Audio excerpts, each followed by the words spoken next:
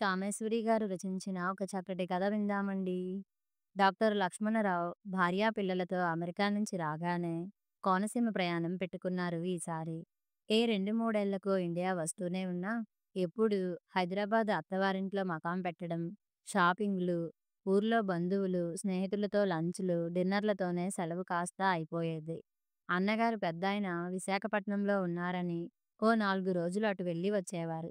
ఈసారి ఇండియా రావడమే 4 ఏళ్లయిపోయింది. అక్కగారి భర్త పోయి 2 ఏళ్లయిపోయినా చూడనే లేదని, ఈసారి అమలాపురం దగ్గర కొత్తలంకలో ఉన్న జానకమ్మ గారిని చూడటానికి కుటుంబ సమేతంగా ప్రయాణమయ్యారు. పిల్లలు రామంటున్నా, ఇండియాలో విలేజ్ లైఫ్ చూపిస్తా, అత్తయ్య మిమ్మల్ని చూడాలంటుంది అని ప్రయాణం కట్టించారు. ఈసారి ప్రతిసారిలా 20 రోజులు కాక 40 రోజులు సెలవు మీద వచ్చారు. మెడిసిన్ చదువుతున్న రవలికి ఫైనల్ ఇయర్ పరీక్షలయ్యాయి. ఇప్పుడు పెళ్లి చేయకపోతే మళ్ళీ రెసిడెన్సీలో చేరితే 3 ఏళ్ల వరకు రవలికి అసలు తీరికుండదు అన్న ఉద్దేశంతో కొన్ని మంచి సంబంధాలు దృష్టిలో పెట్టుకొని ఏదన్నా కుదిరితే వెంటనే చెయ్యాలన్న ప్లాన్‌తో వచ్చారు. అక్కగారిని పరామర్శించటం అయ్యాక పెళ్లి ప్రయత్నాలు మొదలుపెట్టడానికి నిర్ణయించుకున్నారు. డైరెక్ట్‌గా వైజాగ్ నుంచి టాక్సీ మాట్లాడుకుని బయలుదేరారు ఉదయమే. టాక్సీ కోనసీమలో ప్రవేశించగానే ఎటు చూసినా పచ్చదనం, పంట పొలాలు, పళ్ళ తోటలు, కాలవలు, కాలవ గట్లమ్మటే నిండుగా పెరిగిన కొబ్బరి చెట్లు ఒక్కసారిగా పరిసరాలన్నీ కళకళలాడుతూ కనిపించాయి.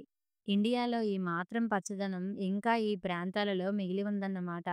స్వగతంలా పల్లె ప్రవృత్తిని చూస్తూ అన్నారు లక్ష్మణరావు. ఈ రోడ్లు అవి బాగుచేసి మంచి రోడ్లు వేస్తే యూరప్‌లో కంట్రీ సైడ్‌లా ఉంటుంది, భార్య సుజాత అంది. హైదరాబాద్‌లో పుట్టి పెరిగిన ఆమె పెళ్లైన 25 ఏళ్లకి ఆ ప్రాంతాలు చూస్తుండడంతో ఆవిడకి అంతా కొత్తగానే ఉంది. Daddy superb! రాహుల్ అటు చూడు ఎన్ని జామకాయలో, అటు చూడు చూడు చామంతి తోట, అబ్బా పచ్చగా ఎంత బాగుందో, రవలి ఎగ్జైటింగ్‌గా అంది. యాహ్! Mummy is right. ఈ రోడ్లు, దుమ్ము ధూళి లేకపోతే యూరప్ కంట్రీ సైడ్ అనుకోవచ్చు, కంప్యూటర్ ఇంజినీరింగ్ చదువుతున్న రాహుల్ అన్నాడు. అఫ్‌కోర్స్ ఇలా రోడ్లమ్మట ఆవులు, గేదెలు ఉండవనుకో. రవలి అటు చూడు గేదెల మీద పిల్లలు కూర్చుని ఆ కాలువలో ఎలా ఆడుతున్నారో ఆశ్చర్యంగా అన్నాడు. పిల్లలిద్దరికీ ఆ దృశ్యాలన్నీ వింతగా ఉన్నాయి. ఇండియాలో అన్నీ ఉన్నాయి కానీ ఏదీ సరిగా మెయింటైన్ చేయరు. మంచి గ్రీనరీ, అడవులు, నదులు, సరస్సులు, జలపాతాలు, రాజప్రాసాదాలు ఫారెన్‌లో ఉన్నవి ఇండియాలో ఏం లేవు గనక. కానీ బ్యాడ్ లక్, ఈ కుళ్ళు రాజకీయ వ్యవస్థ, దేశంలో అవినీతి, లంచగొండితనం ఇండియాని పైకి ఎదగనీయకుండా కిందికి దిగలాగుతున్నాయి. మనుషుల్లో నిజాయితీ కొరవడితే ఏ దేశమూ పైకి ఎదగలేదు ఆవేదనగా అన్నాడు లక్ష్మణరావు. మాటల మధ్యలోనే ఊరు పొలిమేర్లలోకి ప్రవేశించింది టాక్సీ. స్వతంత్రం వచ్చి ఇన్నేళ్లైనా మన పల్లెల స్వరూపాలు మారలేదు. పట్టణాలన్నీ జనంతో కిక్కిరిసిపోతున్నాయి. పల్లెలన్నీ ఖాళీ అయిపోతున్నాయి. ఎప్పుడో ఏ 20 25 క్రితమో పురుడు పోసుకున్న అక్కగారిని దింపడానికి సాయం వచ్చినప్పటికీ, ఇప్పటికీ ఊర్లో కరెంటు, టెలిఫోన్ స్తంభాలు తప్ప మిగతాది ఏం మారలేదనిపించింది లక్ష్మణరావు గారికి.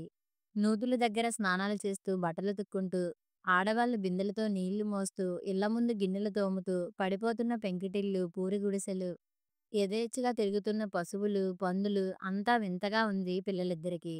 దుమ్ము రేపుకుంటూ లక్ష్మణరావు గారు చెప్పిన పెంకుటింటి ముందు ఆగింది టాక్సీ. హారన్ వినగానే జానకమ్మ ఆరాటంగా హడావిడిగా బయటికి వచ్చి టాక్సీ దిగిన తమ్ముడిని కౌగిలించుకుంది. ఎన్నాళ్ళయిందిరా నిన్ను చూసి లక్ష్మణా? ఇన్నాళ్ళకా నేను జ్ఞాపకం వచ్చాను. ఆవిడ గొంతు రుద్ధమైంది. లక్ష్మణరావు గారు అక్కగారిని పొదివి పట్టుకొని, ఛ! అదేమిటక్కయ్యా అలా అంటావు? ప్రతి ఏడు అనుకోవడం, సెలవు దొరక్కపోవడం, పిల్లల చదువులు ఎలా చెప్పు? అనుకున్నప్పుడల్లా రావడానికి ఇదేం దగ్గరా? అమ్మ పోయినప్పుడు రావడం తప్ప మళ్ళీ ఎప్పుడొచ్చాను? ఏదో పోనీలే ఈసారన్నా వచ్చావు. మీ బావగారుంటే ఎంత సంతోషించేవారో. పోయిన భర్తని తలుచుకొని కన్నీళ్లు పెట్టుకుంది. ఏమిటమ్మా పెళ్ళైన 25 ఏళ్లకే ఆడపడుచు ఇంటికి వచ్చావు. మరదలి భుజం మీద ఆప్యాయంగా చేయి వేసింది. పిల్లలిద్దరినీ ఆశ్చర్యంగా చూస్తూ, రవలీ ఏమిటే నువ్వేనా? ఎంత పెద్దదానివైపోయావు. డాక్టరువి కూడా అయిపోతున్నావు. రాహుల్ మీ నాన్నని మించిపోయావు పొడుగులో. అలా చూస్తున్నారేమిటి? అత్తయ్యని మర్చిపోయారా? అందర్నీ పలకరిస్తూ హడావిడి పడిపోతూ రండి రండి బయట నిలబెట్టే మాట్లాడేస్తున్నాను. ఈలోగా తెల్ల పైజామా తొడుక్కొని మల్లెపువ్వులాంటి కుత్తా చేతులు ముడుచుకుంటూ అప్పుడే స్నానం చేసినట్లు తడితలతో ఉన్న మురళి లోపల నుంచి గబగబా వచ్చి, "హలో మామయ్య, అత్తయ్య బావున్నారా? హాయ్ రవలి. యూ రాహుల్?" రాహుల్‌ని దగ్గరికి లాక్కుంటూ, ఓ చేత్తో మామయ్యకి షేక్ హ్యాండ్ ఇస్తూ అందరినీ పలకరించి, "వెల్కమ్, వెల్కమ్" అంటూ సామాను దించడానికి సహాయపడ్డాడు. రాహుల్, రవలి ఇద్దరూ చెరో షోల్డర్ బ్యాగ్ తీసుకుంటుంటే, "ఉండనీయండి, అలా ఉండనీయండి, పాలేరు తీసుకొస్తాడు. ఇండియాలో ఏం ఉన్నా లేకపోయినా మాకింకా ఈ దర్జాలున్నాయి. మా సామాన్లు మేం మోసుకోం." తమాషాగా నవ్వి, కళ్ళెగరేసి జోక్ చేసి, "అరే అప్పిగా, సామాన్లు లోపల పెట్టు" అని కేక వేశాడు. అంతా లోపలికి నడిచారు.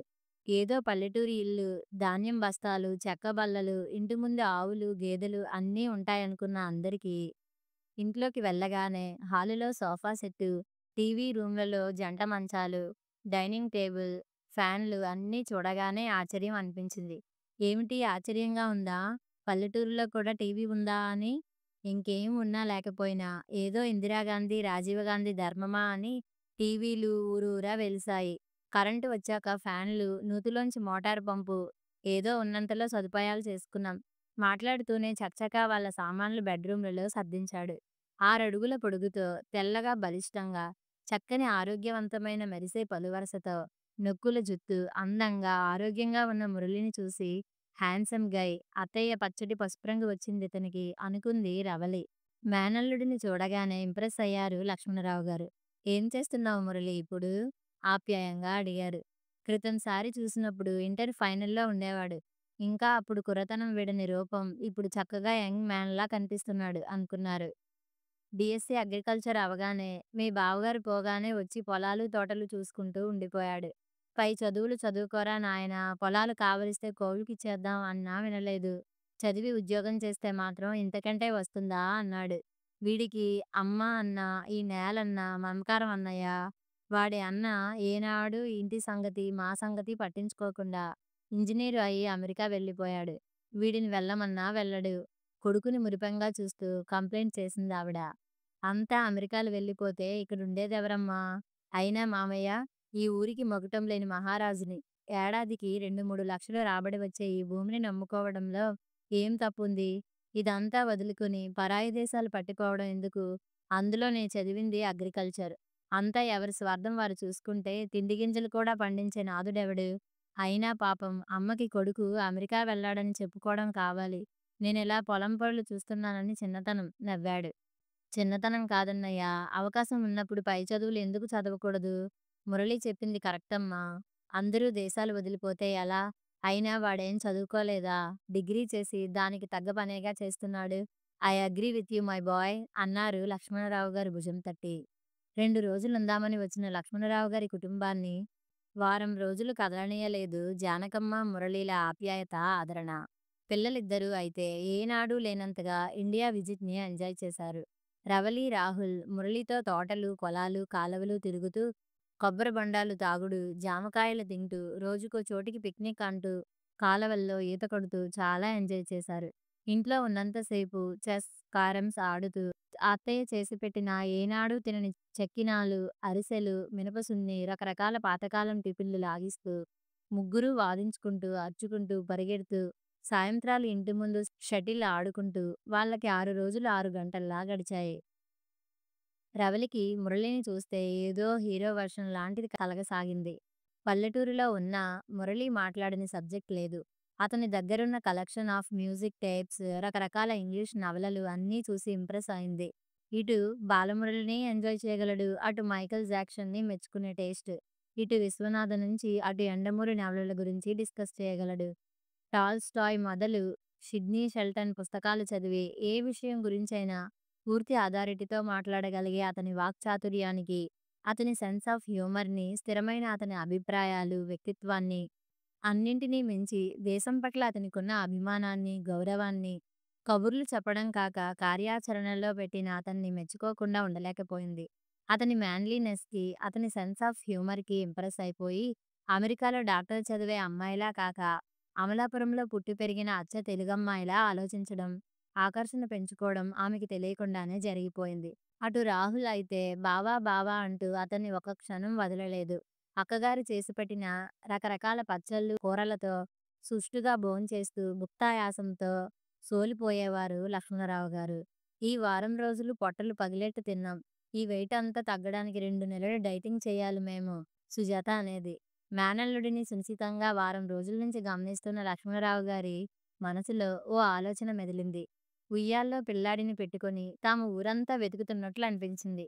తన మనసులో ఆలోచన భార్యతో చెప్పారు. ఆవిడ ఆశ్చర్యంగా చూసింది. అది జరిగేది కాదని, రవలి ఒప్పుకోదని అంది. కావలిస్తే రవలి అభిప్రాయం అడిగి చూడమంది. రవలి ఏ వాదన లేకుండా సిగ్గుపడి తలదించుకోవడం చూసి ఈ పిల్ల తన కూతురేనా అని ఆశ్చర్యపోయారు. ప్రతిదానికి షిట్ రబ్బిష్ అని ఆర్గ్యూ చేసే కూతురు ఇలా మారిందని తెల్లబోయారు. అన్నగారు చెప్పింది విని జానకమ్మ ఆనందంతో తబ్బిబ్బైపోయింది. అయ్యో అంతకంటేనా, రవలి నా కోడలైతే, ఇలాంటి బంగారు బొమ్మ నా కోడలైతే నాకింకేం కావాలి అంటూ చెమర్చిన కళ్ళు ఒత్తుకుంది. తల్లిలా ఆనందపడడం లేదు మురళి. మామయ్య వంక ఆశ్చర్యంగా చూశాడు. ఆర్ యూ సీరియస్ అంకుల్ అన్నాడు నిశితంగా చూస్తూ. అఫ్కోర్స్ ఇలాంటి విషయంలో జోకులు చేయడానికి నేనేం చిన్న కుర్రాడినా. ఇందులో ఇంత ఆశ్చర్యపడడానికి ఏముంది. వరసైన వాడివి, నాకు నచ్చావు. రవలి అభ్యంతరం చెప్పలేదు. ఇంక నీ అభిప్రాయం? మురళి ఓ క్షణం అందరి వంకా చూశాడు. వద్దంకుల్, ఇది జరగడం ఎవరికీ మంచిది కాదు. రవలి లాంటి అందమైన చదువుకున్న భార్య దొరకడం ఏ మగాడికన్నా అదృష్టమే. అందులో సందేహం లేదు. కానీ మామయ్య, మీరొకటి సరిగా ఆలోచించలేదు. రవలి అంటే చిన్నపిల్ల, అనుభవం లేదు. అమెరికాలో పుట్టి, అమెరికాలో పెరిగి పెద్ద చదువులు చదివిన పిల్ల ఈ కొత్త లంకలో ఎలా అడ్జస్ట్ అవ్వగలదనుకుంటున్నారు? అంటే రవలి నీకంటే ఎక్కువ చదివిందనా? లక్ష్మణరావు గారు మధ్యలో అడ్డారు. ఛ! అది కాదు. అంత నేరో మైండ్ నాకు లేదు. కానీ మీ అమ్మాయి ఇక్కడ పరిస్థితులకి అలవాటు పడి బతకలేదు అని చెప్తున్నాను. పెద్ద నీవేగా దేశం కోసం త్యాగాలు చేయాలి అని ఉపన్యాసాలిచ్చావు. అందరూ స్వసుఖాలు చూసుకుంటే దేశం ఏమైపోతుందని లెక్చర్లిచ్చావు. డాక్టర్ అయ్యి ఈ పల్లెలో ప్రాక్టీస్ పెట్టాలన్న ఆలోచన నాకు వస్తే ఇలా అంటున్నావే? ఉక్రోషంగా అంది రవలి. మై డియర్ రవలి, నిజంగా దేశభక్తి నీలో ఉండి, త్యాగాలు చెయ్యగలిగిన నిబ్బరం నీకుండి, అన్నమాట మీద చివరి వరకు నిలబడగలనన్న మనోనిబ్బరం నీకుంటే I will be the first to congrats you. కానీ లైఫ్ అంటే సరదాగా ఇలా పల్లెలో పిక్నిక్‌లా గడపడం కాదు. 4 రోజులు సెలవులకి సరదాగా మిమ్మల్ని తిప్పా కానీ, నేను రోజూ ఇలా ఉండలేను. 4 రోజులు ఇవన్నీ చూసి నా మాటలకి కాస్త ప్రభావితురాలివై తొందరపాటు నిర్ణయాలు తీసుకుంటే, జన్మంతా తర్వాత బాధపడతావు. చూడు రవలి, ఈ పల్లెలు మీ ఫారిన్ కంట్రీస్‌లా కాదు. అక్కడలా అన్ని సదుపాయాలుండవు. నీవు చిన్నప్పటి నుంచి కంఫర్ట్స్‌కి అలవాటు పడిన దానివి. ఏసీలు, హీటర్లు, కొంప తిప్పితే చన్నీళ్ళు, వేన్నీళ్ళు, కార్పెట్లు, అడుగు బయట పెట్టడానికి మనిషికో కారు, శుభ్రమైన రోడ్లు, సివిలైజ్డ్ మనుషుల మధ్య పెరిగి, నీకే నీవు కొన్ని స్వంత అభిప్రాయాలు, వ్యక్తిత్వం ఉన్న ఆడపిల్లవి. చక్కటి పరిసరాలలో, పరిశుభ్రమైన ఆస్పత్రులలో పనిచేసిన నీవు, ఈ దుమ్ము, ధూళి, అశుభ్రత మధ్య చదువు, సంస్కారం లేని బీద ప్రజలకి డాక్టర్‌గా న్యాయం చేకూర్చగలవా? ఇప్పుడు మీరు లక్కీగా వింటర్‌లో వచ్చారు. సమ్మర్‌లో మాకు రోజుకు 7, 8 గంటలు కరెంటు ఉండదు. వరుసగా రాత్రిళ్ళు కరెంటు పోతూనే ఉంటుంది. ఉక్క, చెమట, దోమల మధ్య ఒక్కరోజు పడుకోగలవా? కారు లేనిదే కాలు కదపని దానివి, కొన్ని రోడ్ల మీద కారు కూడా వెళ్ళని పల్లెలకి వెళ్ళి వైద్యం చేస్తావా? ఈ గ్రామ పెద్దలు, గ్రూపులు, కక్షలు, కార్పణ్యాల మధ్య నీవుండగలవా? రవలి, లైఫ్ అందులో మ్యారేజ్ అంటే 4 రోజులు మనం సరదాగా తిరగడం కాదు. బరువు, బాధ్యతలు. ఈ పల్లెలో ఉండిపోయి డాక్టరుగా నీవు షైన్ అవ్వనందుకు, ఎదగనందుకు అసంతృప్తి నిన్ను చుట్టుముట్టి పొరపాటు చేశాననుకోవచ్చు.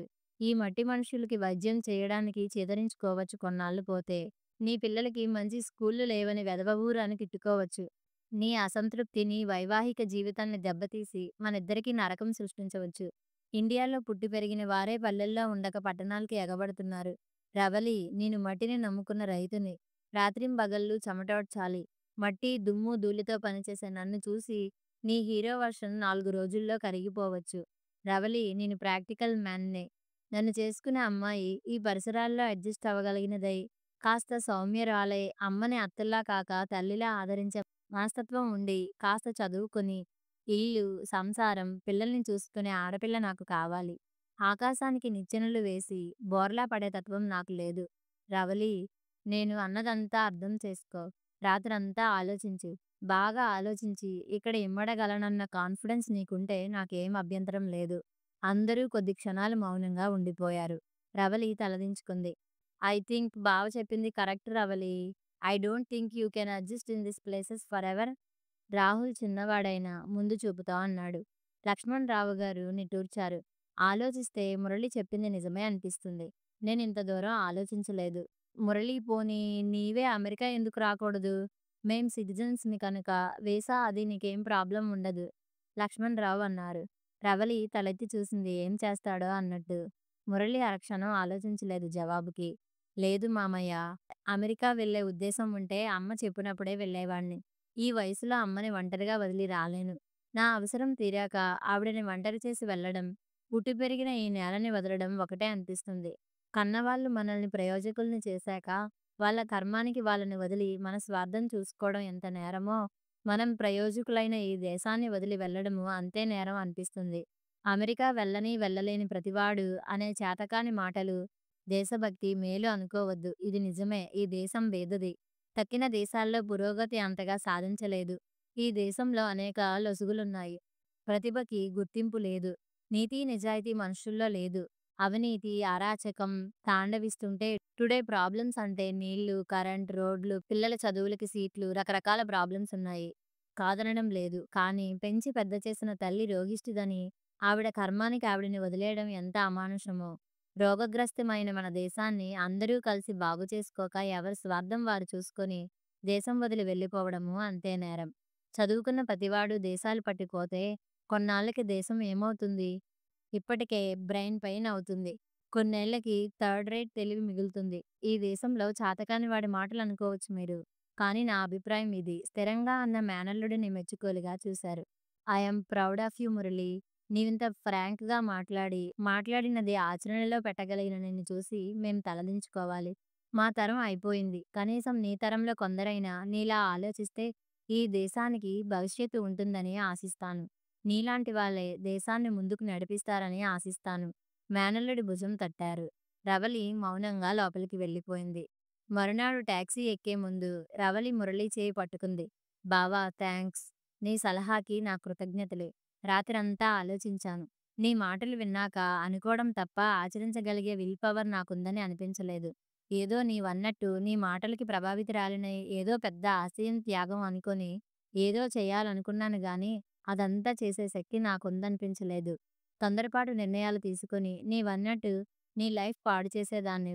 Murali I'm proud of you. Thanks once again. పట్టుకున్న గొంతుతో అని మురళి చేయి గట్టిగా నొక్కి వదిలింది. మురళి నవ్వి ఆప్యాయంగా రవలి భుజం చుట్టూ చేయి వేసి ఎక్కించాడు. టాక్సీ కదిలింది. కథ సమాప్తం.